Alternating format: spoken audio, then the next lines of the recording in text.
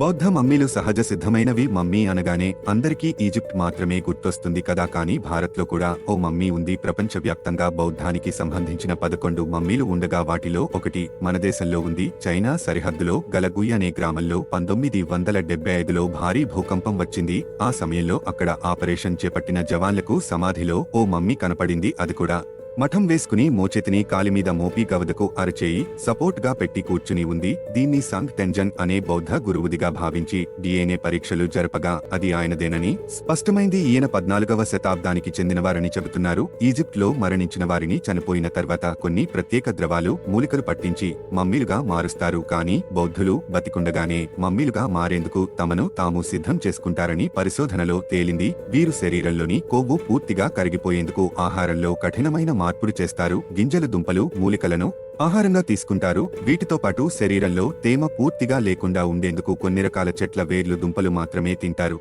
దీంతో శరీర అవయవాలు శుష్కించిపోతాయి. ఇలా చేయడం వల్లే ఆత్మ శరీరాన్ని వదిలేసిన తర్వాత కూడా అది పాడైపోకుండా సహజ సిద్ధంగానే పరిరక్షింపబడుతుందట. ఈ ప్రక్రియను బౌద్ధంలో సోకుషనబత్సు అని పిలుస్తారు. గ్రామస్తులపై గుంపులుగా దాడి చేస్తున్న తేళ్ల బారి నుంచి వారిని కాపాడటానికి బౌద్ధ గురువు సంగ్ టెంజన్ ఇలా ప్రాణత్యాగం చేశారని చెబుతుంటారు.